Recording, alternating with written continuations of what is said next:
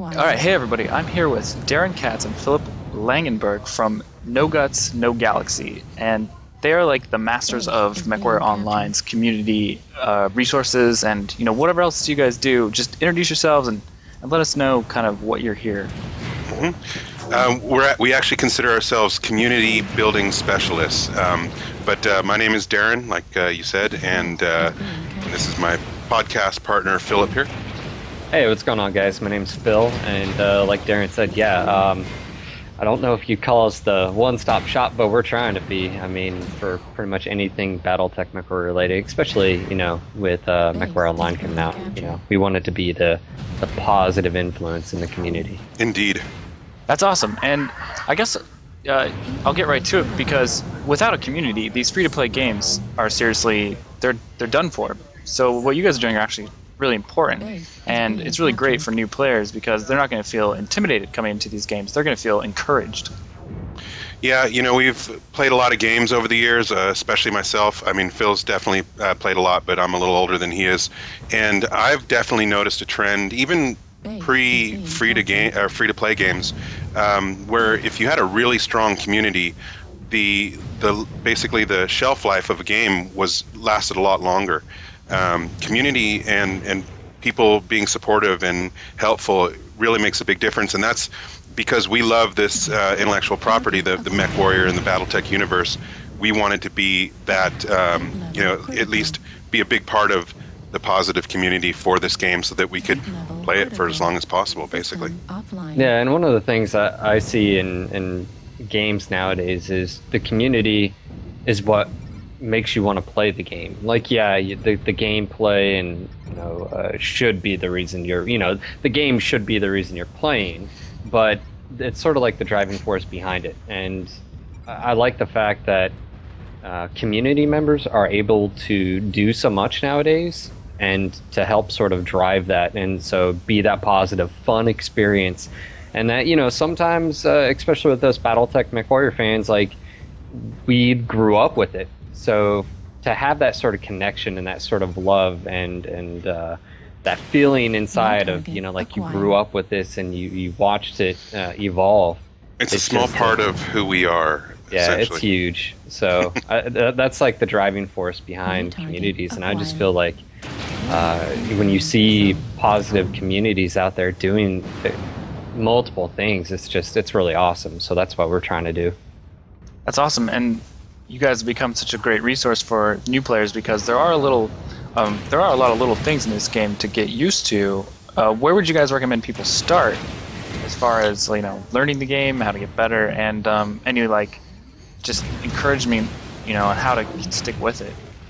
Yeah, the first place I would definitely start, and this isn't because I'm involved with it, is the training grounds. You can go straight to the MWOmercs.com website and visit their training grounds, and there's I think 5 videos up there right now that show some basic gameplay ideas for MechWarrior Online. You're right, it's not a typical first-person shooter. It's more like almost like a tank game, because you have the bottom, the legs of your mech, and then you have the torso that twists separately from that, so you could be running in one direction, shooting in another, all kinds of different weapons and weapon groups, and a lot of that can get confusing for new players. And so if you do just a quick watch all those videos, you'll get some a solid foundation for the gameplay. But beyond that, I mean, there's all kinds of community type content out there. Omewrecker, he's on YouTube, the Masked Gamer. He's done some great resources that I can give you for different stats on weapons and the damage and range and all that kind of stuff. That basically spreadsheets that people pull up all the time to reference. And he does that because, again, he loves these games and he's a big part of building communities. And a lot of people just do that stuff to help, and it's amazing. There's so much out there. You could really just search MechWarrior Online on YouTube and come up with a wealth of fan-made tutorials and content like that. Yeah, and as far as diving into some of the intricacies of BattleTech MechWarrior, you've got Sarna.net is a great resource. I use it all the time. The MechWarrior Online Wiki would be a great resource, obviously updated constantly. And, through the interaction we've had, being able to work on these videos and then do other videos and talk to people, we really try to focus on content ourselves that would help a new player. So to me, when I think of playing and torso twisting and the different layers of your particular battle mech and all, it's just sort of second nature. But then, when you take a step, outside that box and you look into a new player experiencing that, that would be sort of very, I would say, intimidating and confusing. So that's what we're trying to do with these particular videos, and obviously the podcast we do and stuff is to break down those difficulty layers, so the player can come in and at least have a basic understanding of what's going on, which therefore leads to success when they play the game. Because that's the biggest thing, is for most people, when you jump into the game and you're successful, usually that means you're having a good time. Yeah, it's okay to have a learning curve and stuff like that, but they got to have a little bit of success. You want to win. Yeah. So I would definitely say check out the videos of the tutorial videos, but then as well, I would say try to be involved in the community as well. Get on people's TeamSpeak 3s, Ventrilos, and stuff like that, and just I would say the verbal communication is a big part too. Also, just to touch on it real quick, we are in communication with a lot of these players, listeners to our podcasts, etc., and they tell us all the time what they want to see in tutorials. Some of those go on the official MWO tutorials, but some of them go to our newly launched No Guts, No Galaxy TV on YouTube. So we're doing kind of like individual mech ride-alongs. For example, like Phil will get on there and show a specific battle mech, and how he loads it out with weapons and equipment, and then he'll get in there and play with it. So it's a really good one-on-one experience for learning the game as well. Yeah. How fast have you seen the game change since you guys have been involved in it, and what would you comment on how you keep up with it? Like, have you seen it just like evolve so fast that you're like, oh no, now the metagame is completely shifted? And like, what can players expect there if they put a lot of investment time-wise into this game? Well, we've been in it since the start, so the change has been quite dramatic. But that's what happens with game development, right? They start off very early and it develops, and where MWO is right now is actually very mature. I mean, obviously, changes will still be implemented, and that'll affect gameplay. So until those get until the core game is actually solidified and all of the systems are in, obviously things are going to change. But what you're starting to see is just how fun and unique, and just the difference in loadouts on particular mechs, the different strategies you see. Like people will roll with a very subpar build, but they're doing it because of nostalgia reasons, or they'll min-max to the extreme. I mean, there's so many things that it's a lot of information, and it's sort of like a full-time job to keep up with it all. Which we have a crew at No Guts, No Galaxy. We have a crew of people who are constantly watching the forums and the MWO website and talking to people that are playing the game.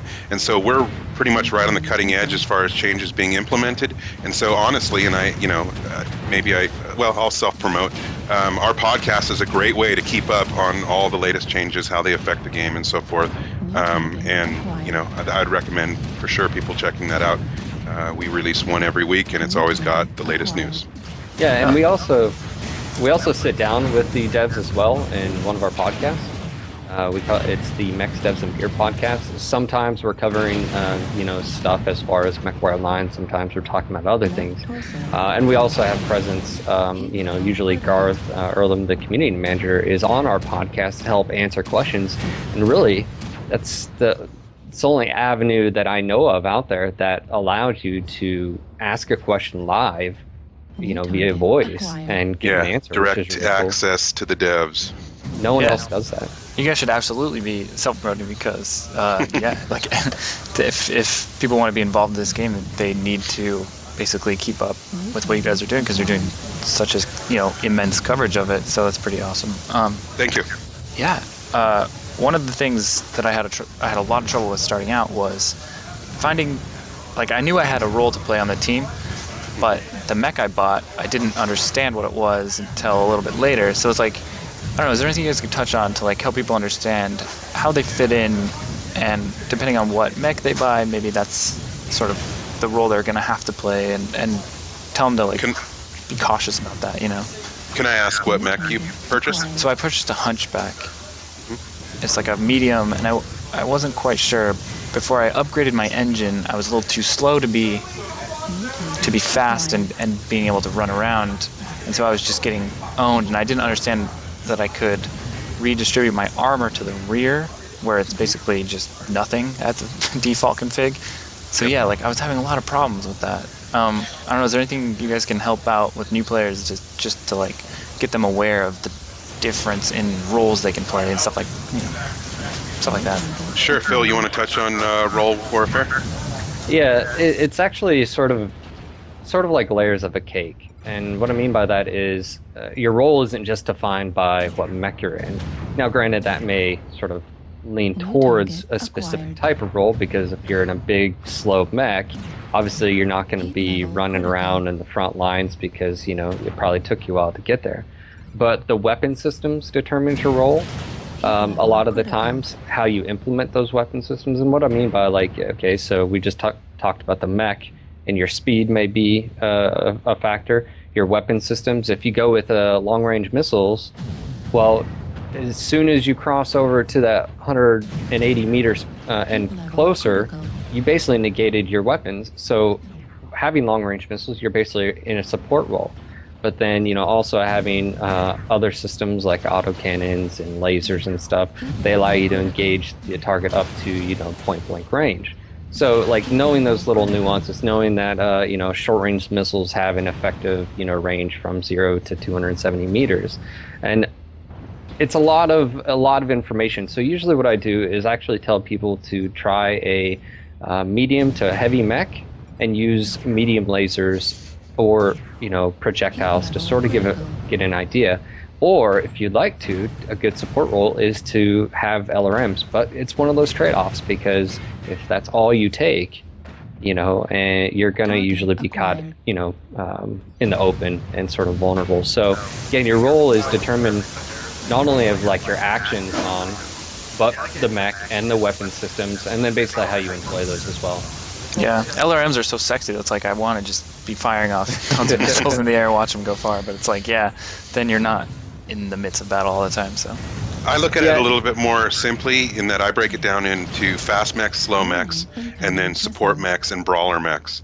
I typically like to be in the slower mechs with more weapons, and I'll switch off between a brawler, close range mech with close range weapons, or sometimes I'll do the support mech with the snipers or the missiles or whatever.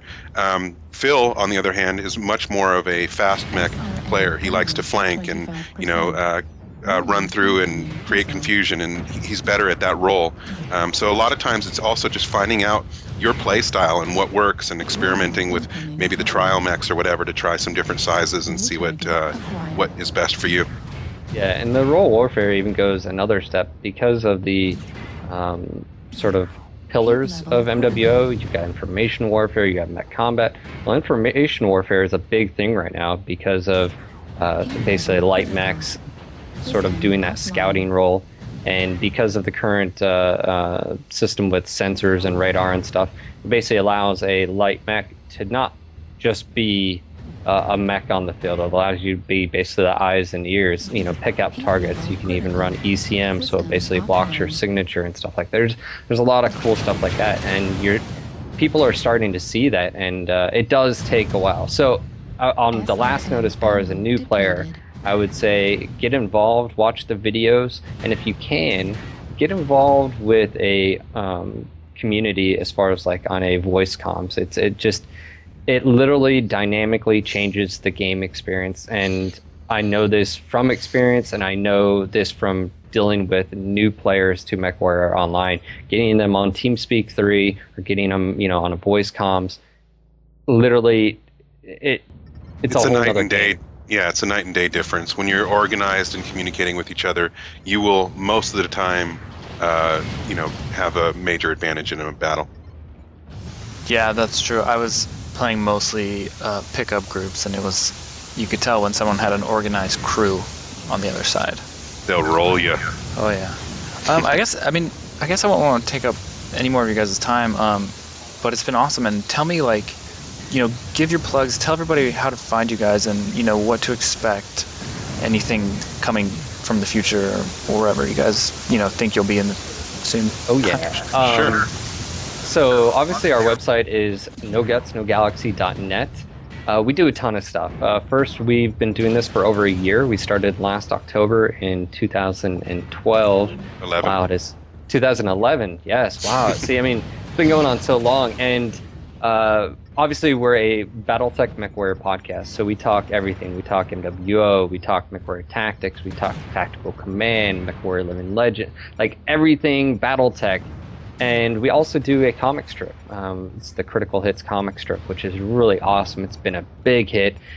We also have the Twitch events, YouTube channel. And so basically, we're just growing, and we want people to sort of become part of the community and develop it and make it into possibly like a big esports. That's one thing we're trying to get going with Twitch, and as the game develops with community warfare, it just the only thing holding us back is our own imagination and our drive to be able to do some of these things. So, And we do have a lot of new content right around the corner that we're going to be implementing. We're constantly trying to develop new stuff for the community. So definitely check that out. Community Warfare, when that's released, that's going to be a huge aspect of the game, and it's going to involve us a lot as far as news and the happenings on a daily basis. So I would just say keep checking back. For sure, check out our website, nogutsnogalaxy.net. Check us out on YouTube, No Guts, No Galaxy TV, and Facebook as well. And you'll be able to, get the news pretty much on anything through those sites there. And we're always looking for people that are doing stuff like this. And so you can always feel free to contact us via the crew page on our website or Facebook. And I mean, if you're doing something exceptional out there, we'll give you a spotlight, or hey, maybe you're even looking at doing something with NGNG. I mean, that's the amazing thing, is the amount of people and support we've got, even from the developers themselves, saying, hey guys, what do you need? What do you need? Let's get it to you, because this game has so much potential, and this community wants it and needs it, because obviously we haven't seen a MechWarrior title from long time. And I don't want it to another 10-year wait and hiatus. It's not going to happen. We are not going to let it happen.